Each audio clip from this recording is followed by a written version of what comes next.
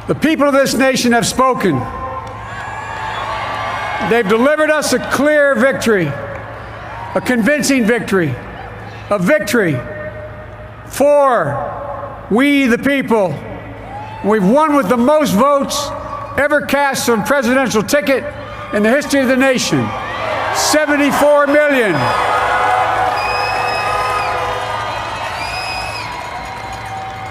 What I must admit has surprised me.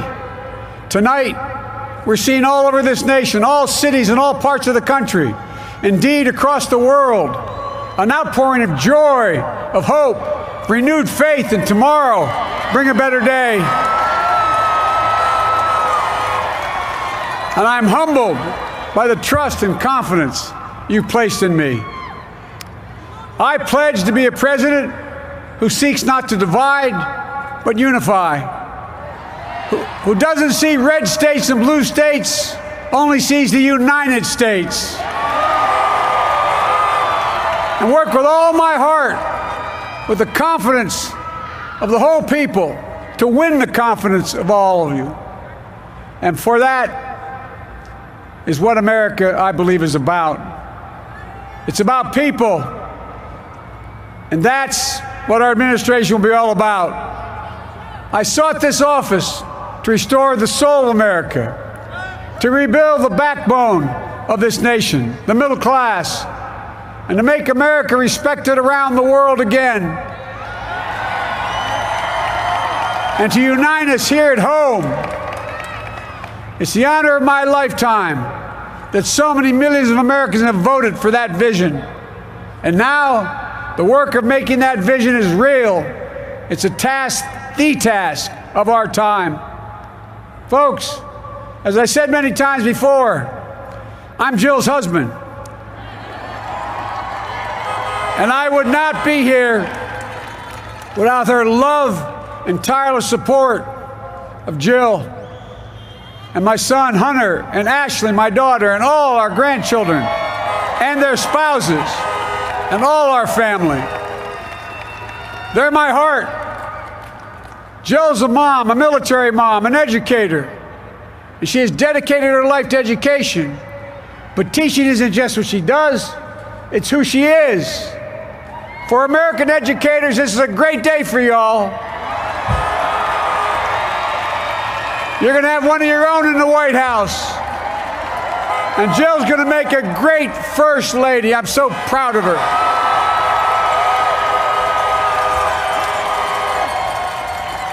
And I'll have the honor of serving with the fantastic Vice President who you just heard from, Kamala Harris, who makes history as the first woman, first black woman, the first woman from South Asian descent, the first daughter of an immigrant ever elected in this country. Don't tell me it's not possible in the United States. It's long overdue. And we're reminded tonight of those who fought so hard for so many years to make this happen. But once again, America's bent the arc of the moral universe more toward justice. Kamala, Doug, like it or not, your family, you become an honorary Biden. There's no way out. To all those of you who volunteered and worked the polls in the middle of this pandemic, local elected officials, you deserve a special thanks from the entire nation. And to my campaign team and all the volunteers and all who gave so much of themselves to make this moment possible, I owe you. I owe you. I owe you everything. And to all those who supported us, I'm proud of the campaign we built and ran. I'm proud of the coalition we put together, the broadest and most diverse coalition in history. Democrats, Republicans, independents, progressives, moderates, conservatives, young, old, urban, suburban, rural, gay, straight, transgender, white, Latino, Asian, Native American. I mean it, especially for those moments, and especially for those moments when this campaign was at its lowest ebb. The African American community stood up again for me. You've always had my back, and I'll have yours. I said at the outset, I wanted to represent this campaign to represent and look like America. We've done that. Now that's what I want the administration to look like and act like. For all those of you who voted for President Trump, I understand the disappointment tonight. I've lost a couple times myself, but now let's give each other a chance. It's time to put away the harsh rhetoric, lower the temperature, see each other again, listen to each other again. And to make progress, we have to stop treating our opponents as our enemies. They are not our enemies. They are Americans. They're Americans. The Bible tells us to everything there is a season, a time to build, a time to reap and a time to sow, and a time to heal. This is the time to heal in America.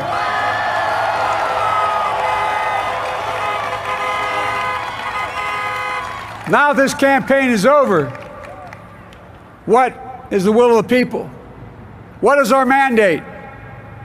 I believe it's this. Americans have called upon us to marshal the forces of decency, the forces of fairness, to marshal the forces of science and the forces of hope in the great battles of our time.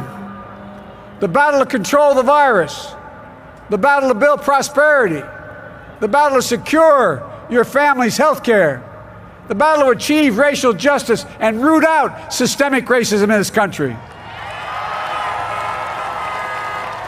and the battle to save our planet by getting climate under control, the battle to restore decency, defend democracy, and give everybody in this country a fair shot. That's all they're asking for, a fair shot. Folks, our work begins with getting COVID under control. We cannot repair the economy, restore our vitality, or relish life's most precious moments, hugging our grandchildren, our children, our birthdays, weddings, graduations, all the moments that matter most to us until we get it under control.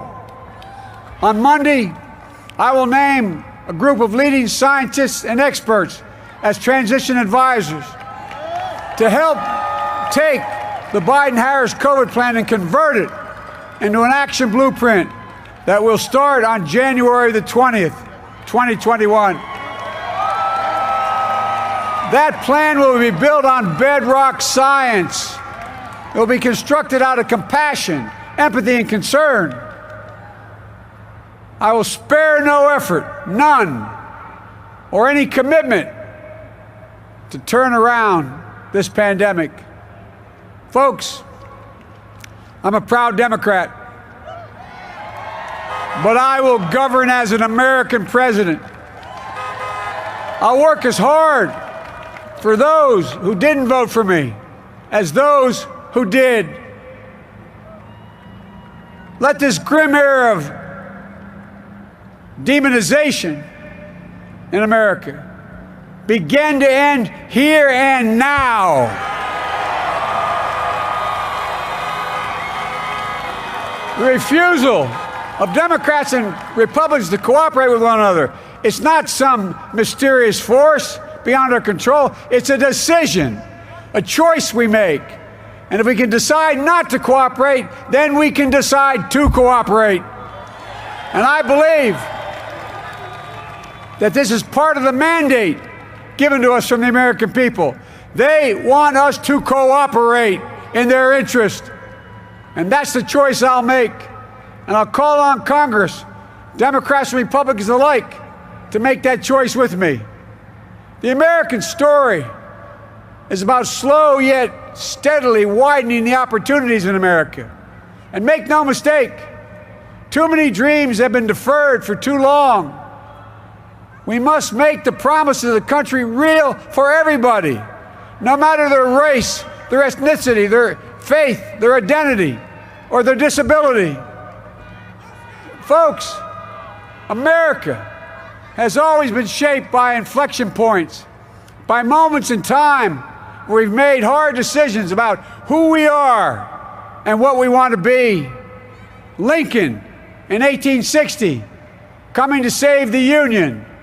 FDR in 1932, promising a beleaguered country a new deal.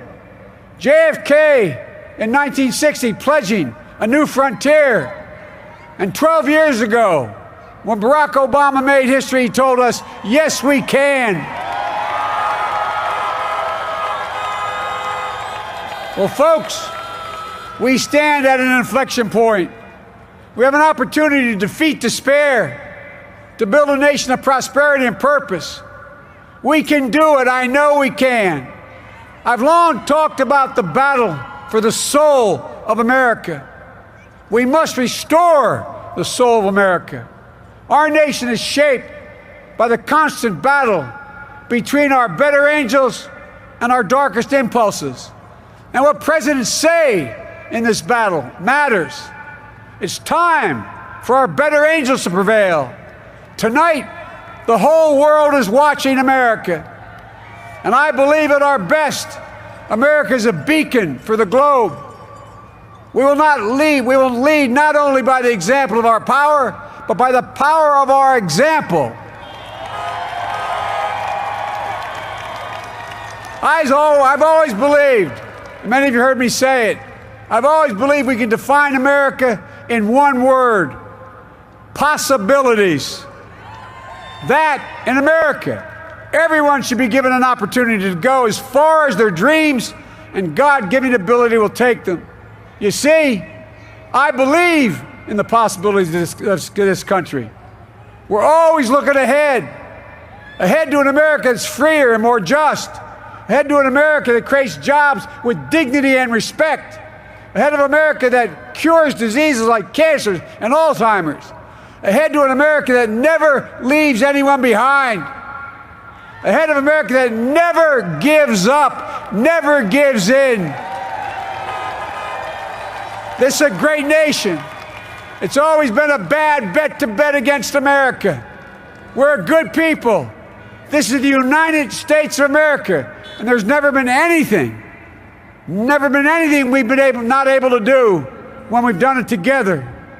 Folks, in the last days of the campaign, I began thinking about a hymn that means a lot to me and my family, particularly my deceased son, Bo. It captures the faith that sustains me and which I believe sustains America. And I hope it can provide some comfort and solace the 230,000 Americans who've lost a loved one to this terrible virus this year.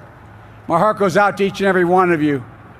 Hopefully this hymn gives you solace as well. And it goes like this: and he will raise you up on eagle's wings, bear you on the breath of dawn, and make you to shine like the sun, and hold you in the palm of his hand. And now together, on eagle's wings, we embark on the work that God and history have called upon us to do, with full hearts and steady hands, with faith in America and in each other, with love of country, a thirst for justice. Let us be the nation that we know we can be, a nation united, a nation strengthened, a nation healed. The United States of America, ladies and gentlemen, there's never been anything we've tried we've not been able to do. So remember, as our grandpapa used to say when I walked out of his home when I was a kid up in Scranton, he said, "Joey, keep the faith." And our grandmother, when she was alive, she yelled, "No, Joey, spread it. Spread the faith." God love you all. May God bless America, and may God protect our troops. Thank you, thank you, thank you.